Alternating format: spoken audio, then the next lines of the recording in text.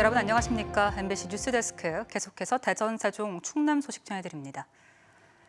추석 벌초를 함께했다 일가족 집단 감염이 발생한 대전에서 또다시 일가족 7명이 한꺼번에 코로나19 확진 판정을 받아 방역당국이 비상에 걸렸습니다. 대전시는 어제 폐렴 증상으로 병원을 찾았던 60대가 확진된 데 이어 배우자와 큰딸 부부, 작은딸 부부, 그리고 손주까지 또다시 3대에 걸쳐 7명이 추가로 확진 판정을 받았다고 밝혔습니다. 방역당국은 이들 가족이 추석 연휴 기간 식사 등 모임을 통해 가족 간 감염이 된 것으로 추정하고 접촉자를 파악하고 있습니다. 이 밖에도 감염 경로가 확인되지 않은 유성구 구암동에 사는 30대도 발열 등 증상으로 검사를 받았다 추가로 확진 판정을 받았습니다. 전국적으로 사회적 거리 두기가 1단계로 완화됐지만 대전시는 오는 16일까지는 수도권과 같이 강화된 방역 조치를 시행합니다.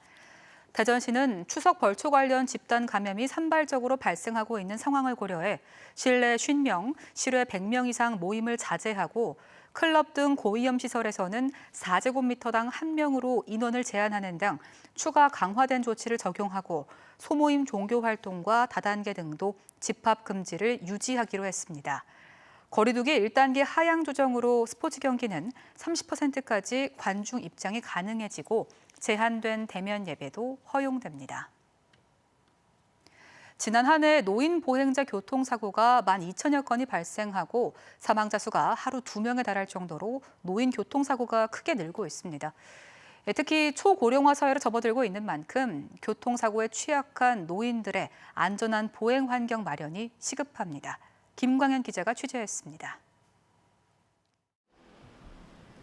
경로당이나 노인 복지시설, 공원 등 노인이 많이 이용하는 시설 인근에는 노인 보행자 안전을 위해 노인 보호구역이 지정됩니다.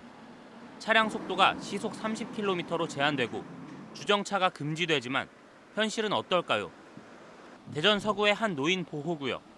도로 양쪽을 불법 주차한 차량들이 점령해 도로폭이 급격히 줄어 차량들이 가다서다를 반복합니다.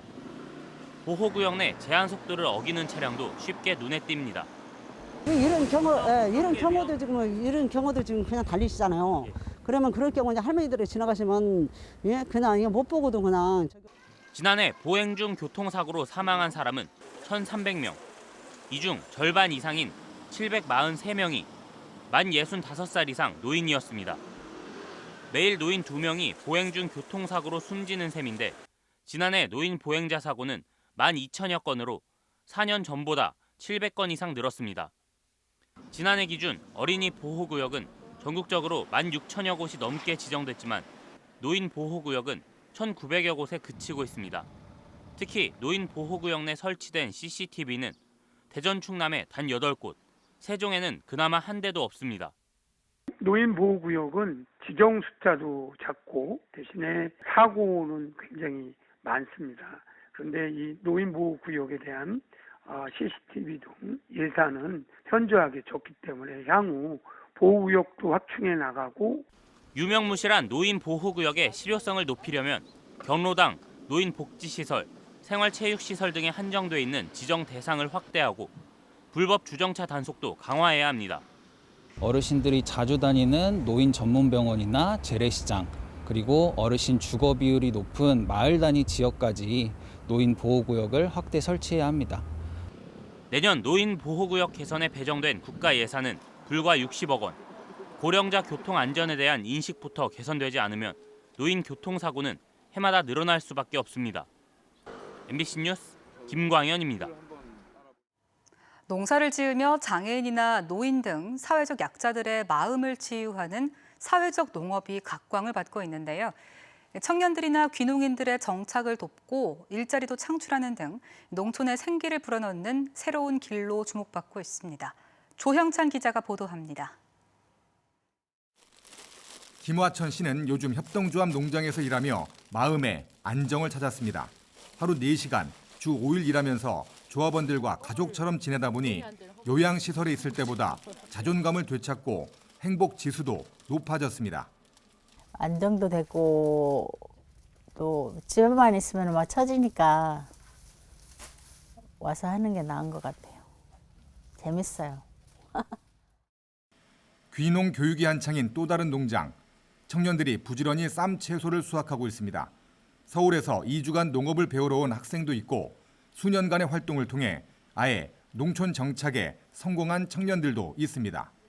농사 짓는 법부터 농촌 마을에 정착하려면 어떤 부분을 주의해야 하는지 세세한 부분까지 교육이 진행됩니다.